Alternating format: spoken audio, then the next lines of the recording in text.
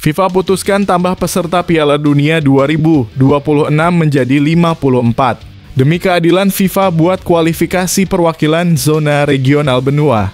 Diputuskan Asia Tenggara diberikan satu slot otomatis lolos Piala Dunia 2026. Negara yang mewakili Asia Tenggara di Piala Dunia 2026 adalah Timnas Indonesia karena menjadi satu-satunya wakil Asia Tenggara di ronde ketiga. Hasil lawan Arab Saudi tidak ada pengaruh apapun. Indonesia resmi lolos Piala Dunia 2026 jadi 4 harapanku. Di sisi lain ini kabar terbaru soal Timnas Indonesia. Simak ulasannya berikut ini.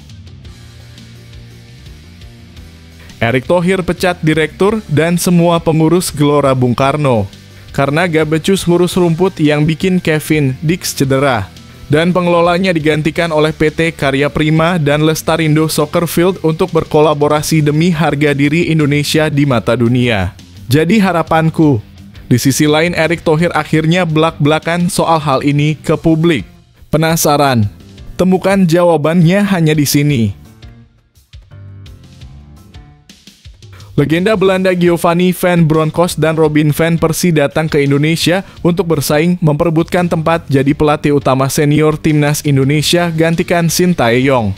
PSSI tidak memecat STY tapi cuma dipindah jadi pelatih Timnas U23 saja. Jadi 3 harapanku. Di sisi lain ini 4 kandidat utama pelatih Belanda yang digaungkan oleh media lokal. Simak fakta bahagianya hanya di sini. Pelatih Bahrain rela tak tidur 3 hari. Apa yang dilakukan untuk menang atas Timnas Indonesia? Pelatih Bahrain mengalami hal yang ekstrem demi memastikan timnya tetap bisa bersaing dengan Timnas Indonesia.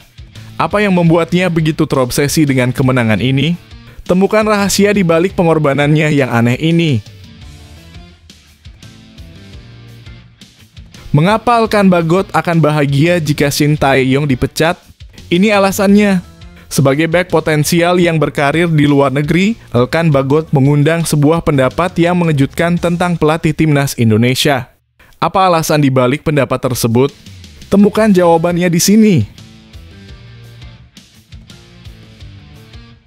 Erick Thohir bongkar alasan dibalik evaluasi Timnas Indonesia setelah hadapi Arab Saudi, tidak ada penekanan pada individu.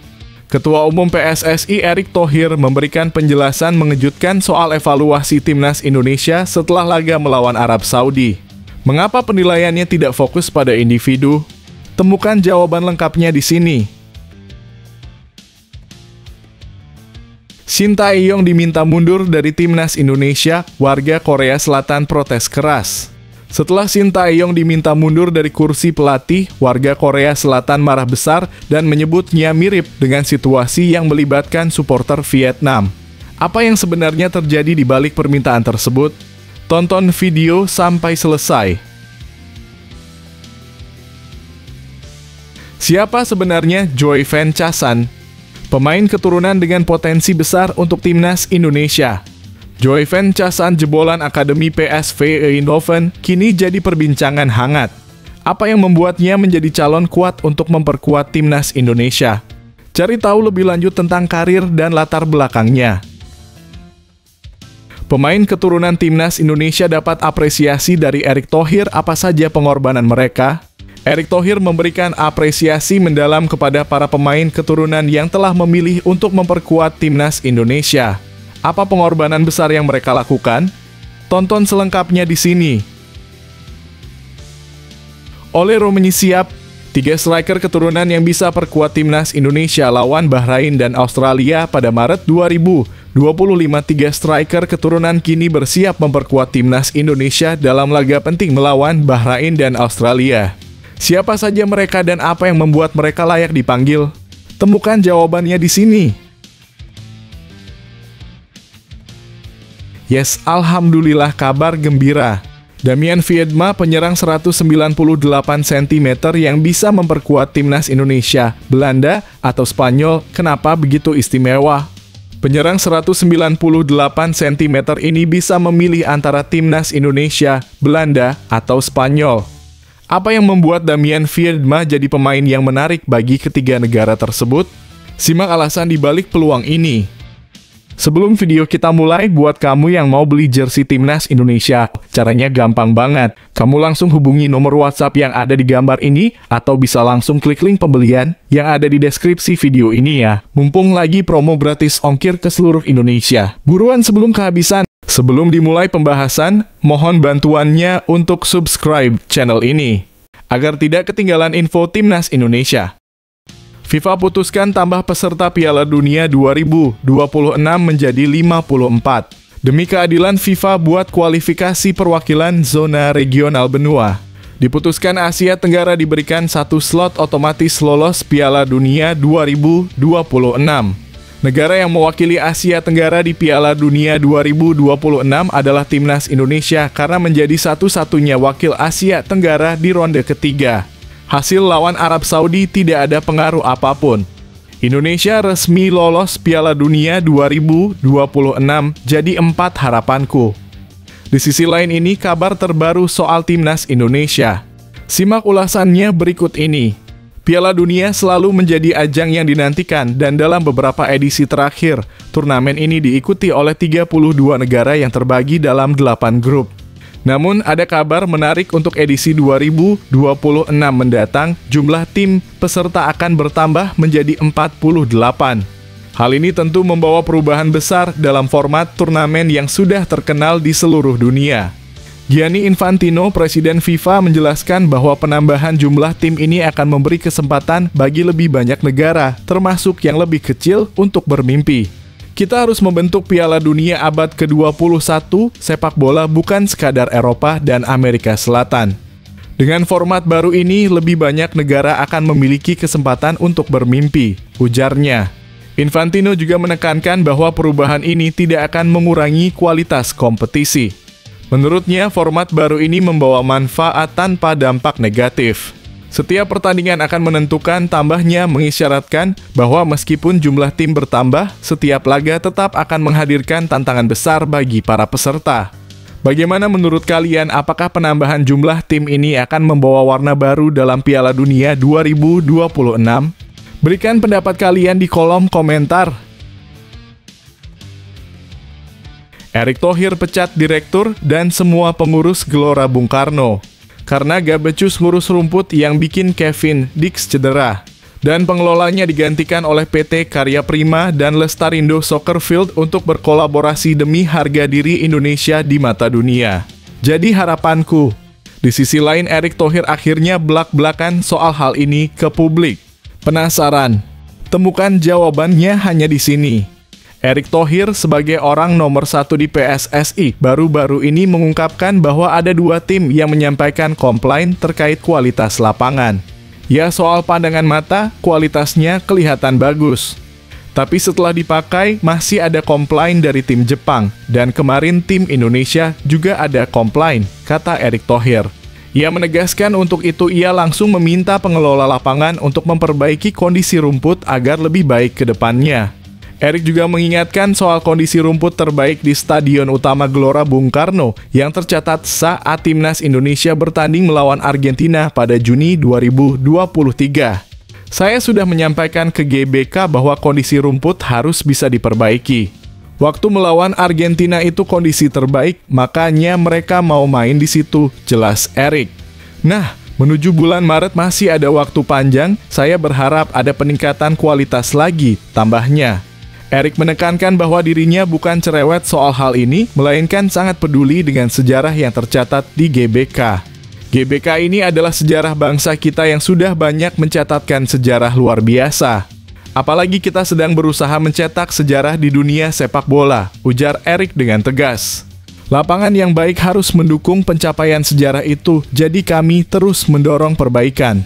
Lebih lanjut, Erick juga menyebutkan bahwa kualitas lapangan tetap harus ditingkatkan, mengingat ada komplain lain, termasuk terkait cedera pemain. Ya, tadi masih ada isu-isu yang dikomplain, ucapnya. Saya rasa kualitasnya harus terus ditingkatkan. Erick juga menyoroti cedera yang dialami oleh Kevin Dix yang sepertinya tidak bisa membela timnas Indonesia melawan Arab Saudi. Kevin Dix cedera. Sepertinya tidak bisa bermain karena waktu melawan Jepang, lapangannya ada goyang. Saya bukan menyalahkan siapa-siapa, ini realitasnya, tuturnya. Bagaimana menurut kalian, apakah kondisi lapangan menjadi faktor penting dalam performa tim sepak bola? Apakah perbaikan di GBK bisa membawa dampak positif bagi sejarah sepak bola Indonesia? Ayo, berbagi pendapat kalian di kolom komentar. Legenda Belanda Giovanni van Bronckhorst dan Robin van Persie datang ke Indonesia untuk bersaing memperebutkan tempat jadi pelatih utama senior Timnas Indonesia gantikan Sintayong. PSSI tidak memecat STY tapi cuma dipindah jadi pelatih Timnas U23 saja. Jadi 3 harapanku. Di sisi lain ini 4 kandidat utama pelatih Belanda yang digaungkan oleh media lokal. Simak fakta bahagianya hanya di sini. Ada beberapa nama yang belakangan mencuat sebagai kandidat potensial untuk menggantikan Sintayong di kursi pelatih Timnas Indonesia. Salah satunya adalah Giovanni van Bronckhorst yang dikenal sebagai bekas kapten Timnas Belanda di Piala Dunia 2010. Saat ini Van Bronckhorst tengah menjalani karier kepelatihannya sebagai pelatih kepala tim raksasa Liga Turki, Beşiktaş, yang ia tangani sejak 1 Juli 2024. Di bawah asuhannya, Beşiktaş telah mencatatkan 9 kemenangan, 3 hasil imbang, dan 2 kekalahan dari 14 pertandingan yang telah dilalui. Menariknya, Giovanni van Bronckhorst memiliki darah Indonesia, tepatnya dari Maluku. Karier sepak bolanya yang cemerlang sudah menghasilkan 7 gelar, 5 diantaranya bersama Feyenoord Rotterdam, 1 bersama Beşiktaş, dan 1 lagi bersama Rangers FC. Dengan pengalaman dan catatan prestasinya, Van Bronckhorst tentu bisa menjadi pilihan menarik untuk Timnas Indonesia. Selain dia, ada nama lain yang tak kalah menarik, yaitu Nigel de Jong. Legenda Timnas Belanda yang dikenal dengan kepiawaiannya sebagai gelandang bertahan ini, kini menjabat sebagai Direktur Olahraga Timnas Belanda sejak 4 Januari 2023. Sebelumnya, De Jong berkiprah di klub-klub besar seperti AC Milan dan Manchester City, dan karier kepelatihannya juga terus berkembang. Sebagai orang yang memiliki hubungan dekat dengan sepak bola Eropa, De Jong tentu bisa membawa perspektif baru untuk sepak bola Indonesia. Nama berikutnya yang patut dipertimbangkan adalah John Heitinga, bek legendaris Timnas Belanda yang kini melatih Ajax Amsterdam U19. Walaupun karier kepelatihannya belum sebesar Giovanni van Bronckhorst, Heitinga menunjukkan potensi dengan membawa Ajax U19 meraih gelar. Baru-baru ini ia juga ditunjuk menjadi asisten pelatih di klub-klub besar seperti West Ham United dan Liverpool. Keberadaannya di Liverpool sejak 17 Juli 2024 menunjukkan bahwa ia terus mengembangkan diri dalam dunia pelatihan. Nama terakhir yang mencuat adalah Robin van Persie, mantan striker terkenal yang memperkuat Manchester United dan Arsenal. Robin yang memiliki darah Indonesia dari sang nenek yang berasal dari Surabaya, kini menjabat sebagai pelatih kepala SC Heerenveen sejak 1 Juli 2024. Sebelumnya, ia juga sempat melatih tim junior Feyenoord. Dengan pengalaman bermain di klub-klub top Eropa dan potensi kepelatihan yang ia tunjukkan, Van Persie bisa menjadi pilihan yang menarik bagi PSSI. Tentu saja, setiap pelatih memiliki kekuatan dan kelebihannya masing-masing. Dari pengalaman internasional Giovanni van Bronckhorst hingga potensi muda yang dimiliki John Heitinga, PSSI memiliki banyak opsi menarik untuk mempersiapkan Timnas Indonesia ke level yang lebih tinggi. Menurut kalian, siapa yang paling cocok untuk menjadi pelatih Timnas Indonesia di masa depan? Apakah pelatih dengan pengalaman Eropa seperti Van Bronckhorst dan Van Persie lebih cocok, atau justru sosok dengan pendekatan yang lebih lokal seperti De Jong dan Heitinga? Yuk beri komentar dan pendapat kalian. Pelatih Bahrain rela tak tidur 3 hari. Apa yang dilakukan untuk menang atas Timnas Indonesia? Pelatih Bahrain mengalami hal yang ekstrem demi memastikan timnya tetap bisa bersaing dengan Timnas Indonesia. Apa yang membuatnya begitu terobsesi dengan kemenangan ini? Temukan rahasia di balik pengorbanannya yang aneh ini. Bahrain masih optimistis bisa tampil lebih baik dari Timnas Indonesia dan melaju ke putaran keempat kualifikasi Piala Dunia 2026 zona Asia. Pelatih Bahrain Dragan Talajic tetap percaya diri meskipun tantangan berat di depan mata. Sejak awal datang ke sini, saya katakan bahwa kami akan menjalani pertandingan demi pertandingan, selangkah demi selangkah, ujar Talajic. Bahrain menurutnya masih memiliki peluang untuk meraih 15 poin tambahan dari sisa pertandingan yang ada. Namun Talajic menegaskan bahwa timnya tetap menghormati semua lawan yang dihadapi. Australia adalah salah satu tim terbaik di Asia. Arab Saudi juga salah satu tim terbaik di Asia. Jepang salah satu tim terbaik di dunia, ungkapnya. Mengakui kualitas lawan-lawan berat yang harus dihadapi. Meskipun demikian, Cina dan timnas Indonesia tidak masuk dalam kategori tim kuat menurut Talajic. Yang paling penting adalah meraih setiap poin yang kami bisa di sisa pertandingan. Kita lihat apa yang akan terjadi, tambahnya dengan tegas.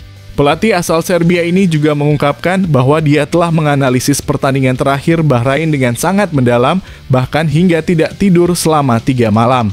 Saya telah menonton dan menganalisis pertandingan terakhir kami, dan saya tidak tidur selama 3 malam, ucap Talajic menunjukkan betapa seriusnya persiapan timnya. Namun seperti yang sering terjadi dalam sepak bola, sebuah kesalahan kecil bisa berakibat fatal. Talajic menyayangkan kegagalan timnya dalam pertandingan terakhir karena kehilangan konsentrasi sejenak. Ini adalah kualifikasi untuk Piala Dunia. Kesalahan apapun akan berakibat buruk. Itu adalah hasil yang sangat sulit bagi anak-anak asuh saya, ujarnya. Meskipun begitu, Talajic tetap percaya pada kemampuan pemain-pemainnya. Kami memiliki orang-orang yang kami percayai, mereka semua memiliki mental yang kuat, tegasnya. Dengan optimisme dan tekad yang kuat, Bahrain akan terus berjuang untuk meraih hasil terbaik dalam kualifikasi Piala Dunia 2026. Menurut kalian, apakah Bahrain bisa melampaui Indonesia dan lolos ke putaran keempat? Bagikan pendapat kalian di kolom komentar. Mengapa Elkan Bagot akan bahagia jika Shin Tae-yong dipecat? Ini alasannya. Sebagai bek potensial yang berkarir di luar negeri, Elkan Bagot mengundang sebuah pendapat yang mengejutkan tentang pelatih timnas Indonesia. Apa alasan dibalik pendapat tersebut?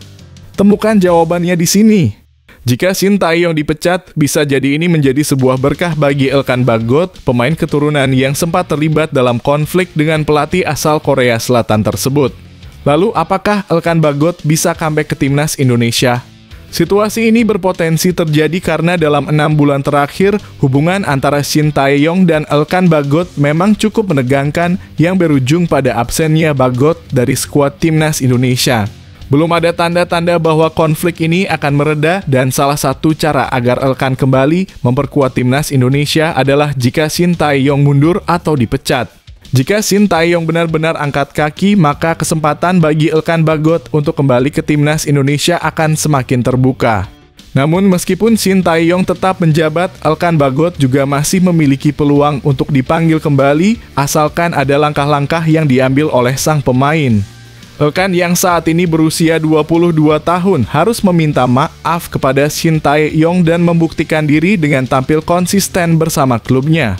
Dengan banyaknya bek keturunan yang bersaing di timnas Indonesia saat ini, Bagot harus menunjukkan kualitasnya agar bisa kembali menjadi pilihan utama di lini pertahanan merah putih. Jadi, apakah Elkan Bagot akan bisa kembali mengenakan kostum timnas Indonesia? Apakah keberadaan banyak bek keturunan akan menjadi saingan berat baginya? Berikan pendapat kalian di kolom komentar. Erick Thohir bongkar alasan dibalik evaluasi timnas Indonesia setelah hadapi Arab Saudi, tidak ada penekanan pada individu. Ketua Umum PSSI Erick Thohir memberikan penjelasan mengejutkan soal evaluasi timnas Indonesia setelah laga melawan Arab Saudi. Mengapa penilaiannya tidak fokus pada individu? Temukan jawaban lengkapnya di sini. Ketua Umum PSSI Erick Thohir menyatakan bahwa evaluasi terhadap timnas Indonesia setelah laga melawan Arab Saudi tidak akan fokus pada individu, melainkan dilakukan secara menyeluruh. Evaluasi tidak spesifik ke individu, kata Erick Thohir di Jakarta pada Senin dalam kurung 18 November 2024. Erick juga menegaskan pentingnya semangat juang bagi para pemain dan pelatih untuk terus berusaha meskipun tantangan besar menghadang.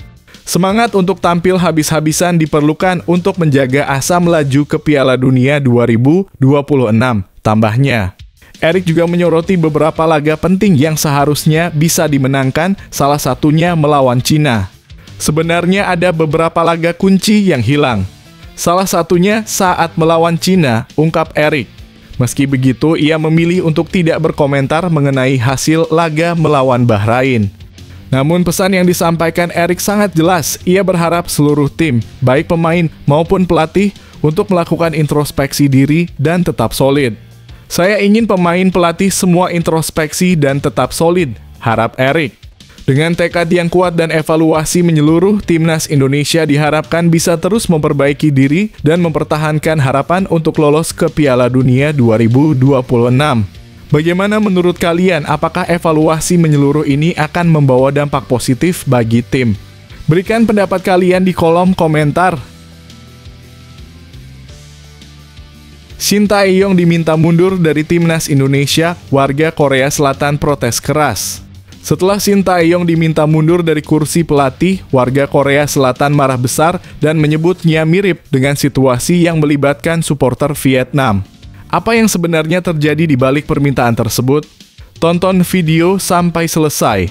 Terkait dengan desakan agar Shin Tae-yong mundur atau dipecat, reaksi dari warga Korea Selatan di media sosial ternyata cukup keras.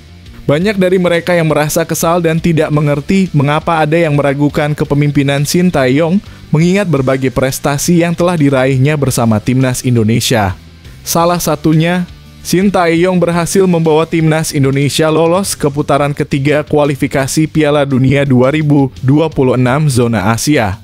Sebuah pencapaian yang belum pernah terjadi sebelumnya dalam sejarah sepak bola Indonesia. Tak hanya itu, Shin Tae-yong juga sukses memimpin Timnas Indonesia U23 lolos ke babak semifinal Piala Asia U23 2024 dan bahkan berhasil mengalahkan Korea Selatan di perempat final. Di samping itu, peringkat FIFA Indonesia juga mengalami lonjakan signifikan, naik dari posisi 175 ke peringkat 130. Semua pencapaian ini membuat banyak warga Korea Selatan mempertanyakan kritik yang dilontarkan kepada Shin Tae-yong.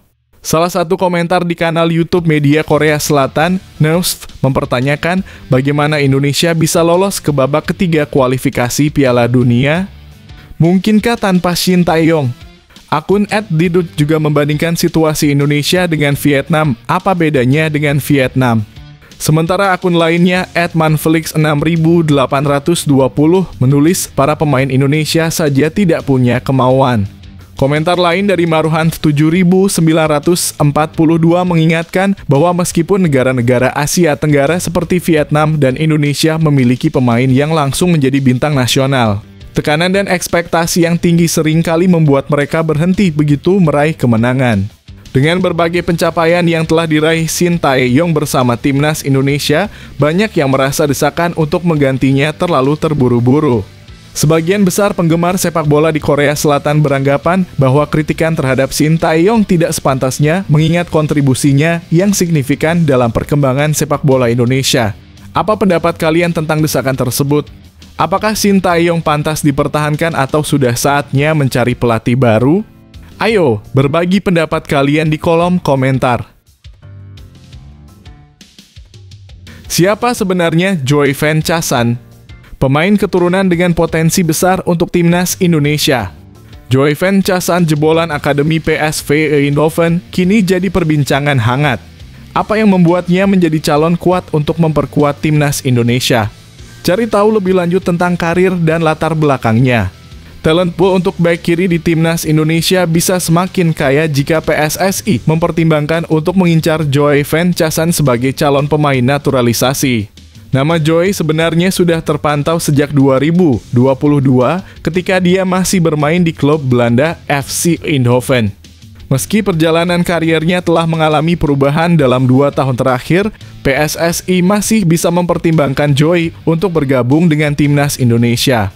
Joy Van Chasan lahir di Belanda pada 28 Mei 2003 dan saat ini berusia 21 tahun. Kini dia bermain untuk klub profesional Liga Belgia FC Wassel Sport. Menariknya, meskipun kebanyakan pemain keturunan memiliki darah Indonesia, dari satu sisi orang tua mereka, kedua orang tua Joy dikabarkan berasal dari Indonesia. Hal ini tentunya membuatnya semakin layak dipertimbangkan sebagai pemain keturunan untuk memperkuat Timnas Indonesia. Karier sepak bola Joy dimulai sejak kecil ketika ia bergabung dengan Akademi Sepak Bola di Belanda. Salah satu akademi ternama yang pernah ia perkuat adalah Akademi PSV Eindhoven. Setelah 5 tahun di sana, Joy pindah ke Akademi FC Eindhoven pada Juli 2016. 2 tahun setelahnya, pada 2018, ia promosi ke tim U-Strip 17 Eindhoven. Joy kemudian mendapat kesempatan untuk debut di tim utama FC Eindhoven pada musim 2020-21 dengan tampil sekali di Liga 2 Belanda. Pada September 2021, dia juga tampil sekali di tim utama FC Eindhoven. Meski usianya masih muda, potensi dan pengalaman yang dimilikinya di level klub Eropa bisa menjadi nilai tambah bagi timnas Indonesia di masa depan, khususnya di posisi bek kiri. Dengan bakat dan pengalaman yang dimiliki Joy, PSSI tentu bisa membuka opsi untuk melakukan proses naturalisasi agar pemain ini dapat bergabung dengan timnas Indonesia. Apakah Joy Van Chasan akan menjadi pilihan tepat untuk memperkaya stok pemain keturunan Indonesia di posisi bek kiri? Bagikan pendapat kalian di kolom komentar. Pemain keturunan timnas Indonesia dapat apresiasi dari Erick Thohir. Apa saja pengorbanan mereka? Erick Thohir memberikan apresiasi mendalam kepada para pemain keturunan yang telah memilih untuk memperkuat timnas Indonesia. Apa pengorbanan besar yang mereka lakukan? Tonton selengkapnya di sini. Erick Thohir, Ketua Umum PSSI, memberikan apresiasi tinggi terhadap pengorbanan para pemain keturunan yang saat ini memperkuat timnas Indonesia. Menurut Erick, keinginan mereka untuk menjadi warga negara Indonesia dalam kurung WNI dan berjuang untuk skuad Garuda sangat patut dihargai, mengingat banyak hal yang harus mereka lewati untuk bisa membela Indonesia. Erick menyebutkan bahwa proses naturalisasi yang panjang serta pengorbanan besar yang dilakukan para pemain keturunan patut dicontoh. Mereka datang ke Indonesia dengan segala pengorbanan, mereka benar-benar melepas kewarganegaraan mereka, ujar Erick Thohir kepada awak media. Lebih lanjut, Erick menyoroti kesulitan yang dialami para pemain keturunan yang harus meninggalkan klub mereka dan terbang jauh-jauh ke Indonesia. Mereka juga harus selesai main dalam kurung, langsung balik ada risiko cedera. Kevin Dix misalnya, dia cedera. Tentu buat klubnya FC Copenhagen yang sedang bermain di Liga Champions, itu juga kerugian, kata Erick mengungkapkan kenyataan pahit yang harus dihadapi para pemain keturunan tersebut. Erick menambahkan bahwa meskipun para pemain keturunan ini memberikan kontribusi besar bagi timnas Indonesia, mereka tidak mendapatkan kompensasi apapun selain merasa bangga mengenakan kostum merah putih. Memperkuat tim nasional Indonesia tidak dapat apa-apa, dalam arti mereka benar-benar merah putih saja, tidak ada kompensasi apa-apa, tegas Erick. Namun, yang terpenting menurut Erick adalah semangat mereka untuk bergabung dengan timnas Indonesia. Mereka gabung ini karena sebuah proyek besar, mereka ingin menjadi bagian dari sejarah, ujar Erick menutup pembicaraannya. Apresiasi yang disampaikan Erick Thohir menggambarkan betapa besar dedikasi dan semangat yang dimiliki oleh para pemain keturunan dalam memperjuangkan nama baik Indonesia di pentas internasional. Apa pendapat kalian tentang pengorbanan yang mereka lakukan untuk timnas Indonesia? Bagikan komentar kalian. Ole Romeni siap, 3 striker keturunan yang bisa perkuat timnas Indonesia lawan Bahrain dan Australia pada Maret 2025. 3 striker keturunan kini bersiap memperkuat timnas Indonesia dalam laga penting melawan Bahrain dan Australia. Siapa saja mereka dan apa yang membuat mereka layak dipanggil? Temukan jawabannya di sini. Selain Ole Romeni, nama Miliano Jonathans kini turut mencuat sebagai calon pemain yang dapat memperkuat lini tengah timnas Indonesia. Gelandang muda berdarah Indonesia ini mengungkapkan bahwa dia sudah menjalin komunikasi dengan PSSI terkait proses naturalisasi. Keputusan ini tentunya memberikan harapan baru bagi masa depan timnas Indonesia, terutama di sektor tengah. Miliano Jonathans yang baru berusia 20 tahun dikenal memiliki kemampuan yang cukup lengkap. Ia bisa berperan sebagai gelandang bertahan, gelandang serang, bahkan penyerang sayap. Kemampuan multitalenta ini tentu akan memberikan fleksibilitas bagi pelatih timnas Indonesia, Shin Tae-yong, dalam meramu strategi di lini tengah. Selain Miliano, perhatian juga tertuju pada Jens Raven, penyerang muda yang kini tengah bersinar bersama timnas Indonesia U-Strip 20. Pelatih Shin Tae-yong mengakui potensi besar yang dimiliki oleh pemain berusia 18 tahun ini. Namun Sintayong juga menilai bahwa Jens Raven masih memerlukan lebih banyak pengalaman untuk bisa naik ke level senior. Dengan nama-nama baru yang berpotensi besar untuk naturalisasi, timnas Indonesia diharapkan bisa tampil lebih kompetitif di ajang internasional. Pertarungan memperebutkan tiket Piala Dunia 2026 jelas akan menjadi tantangan besar. Dan dengan adanya pemain muda berbakat seperti Emiliano Jonathans dan Jens Raven, skuad Garuda diharapkan dapat tampil lebih kuat dan siap bersaing di tingkat dunia. Bagaimana menurut kalian, apakah Emiliano Jonathans dan Jens Raven akan menjadi tambahan yang tepat bagi timnas Indonesia? Berikan pendapat kalian di kolom komentar. Yes, alhamdulillah, kabar gembira. Damian Viedma, penyerang 198 cm yang bisa memperkuat timnas Indonesia, Belanda, atau Spanyol, kenapa begitu istimewa? Penyerang 198 cm ini bisa memilih antara timnas Indonesia, Belanda, atau Spanyol. Apa yang membuat Damian Viedma jadi pemain yang menarik bagi ketiga negara tersebut? Simak alasan di balik peluang ini. Talent pool untuk penyerang keturunan Indonesia semakin bertambah dengan munculnya nama Damian Viedma, seorang striker muda yang saat ini bermain untuk klub asal Belanda RKAV Volendam. Pemain berusia 21 tahun ini memiliki potensi besar dan bisa menjadi tambahan yang menarik bagi lini depan timnas Indonesia. Damian Viedma lahir di Belanda pada 16 Juni 2003 dan saat ini memiliki tinggi badan mencapai 198 cm dengan kaki kiri sebagai kaki terkuatnya. Yang menarik, meskipun Damian lahir dan dibesarkan di Belanda, darah Indonesia mengalir dalam tubuhnya melalui sisi keturunan ayahnya. Neneknya berasal dari Jakarta, sementara kakeknya berasal dari Spanyol. Hal ini membuat Damian memiliki garis keturunan Indonesia dan Spanyol yang memberikan kesempatan baginya untuk membela timnas Indonesia jika diinginkan. Secara aturan FIFA, Damian masih memenuhi syarat untuk membela timnas Indonesia karena batas keturunan diizinkan hingga ke nenek atau kakek dari pemain tersebut. Hal ini membuka peluang besar bagi PSSI untuk mempertimbangkan proses naturalisasi Damian jika ia tertarik bergabung dengan timnas Indonesia. Pada musim 2022-23, Damian Viedma bermain untuk klub VV Monnickendam, sebuah tim yang berlaga di divisi ke-6 Liga Belanda. Meskipun bermain di liga yang lebih rendah, penampilannya cukup mencolok. Menurut informasi dari akun Instagram @indoblo_talent, ia tampil dalam 9 pertandingan, mencetak 12 gol, dan memberikan 8 assist yang menunjukkan kualitas dan potensi besarnya di lini depan.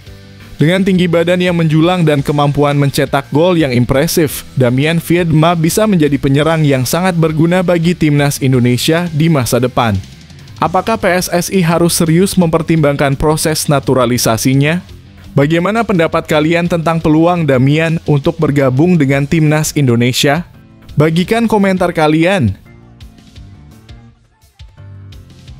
Kevin Dix batalkan kepulangan ke Denmark karena pagi ini dinyatakan sembuh, akan diturunkan jadi bek kanan utama timnas Indonesia lawan Arab Saudi, jadi doaku.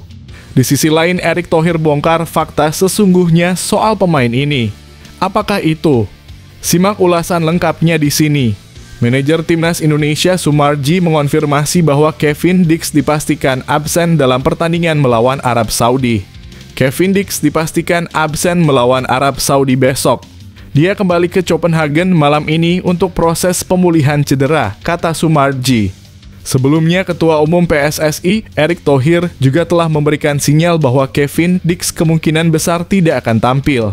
Kevin Dix cedera sepertinya tidak bisa bermain melawan Arab Saudi. Karena kemarin lawan Jepang, dia turun, kan lapangannya ada goyang. Kembali, saya bukan menyalahkan siapa-siapa ya, ini realitas, ujar Erick Thohir mengacu pada kondisi lapangan yang dianggap mempengaruhi kondisi fisik pemain. Dengan absennya Kevin Dix, timnas Indonesia harus menghadapi Arab Saudi tanpa salah satu pemain kunci mereka. Semoga proses pemulihan Dix berjalan lancar dan ia segera kembali ke kondisi terbaiknya.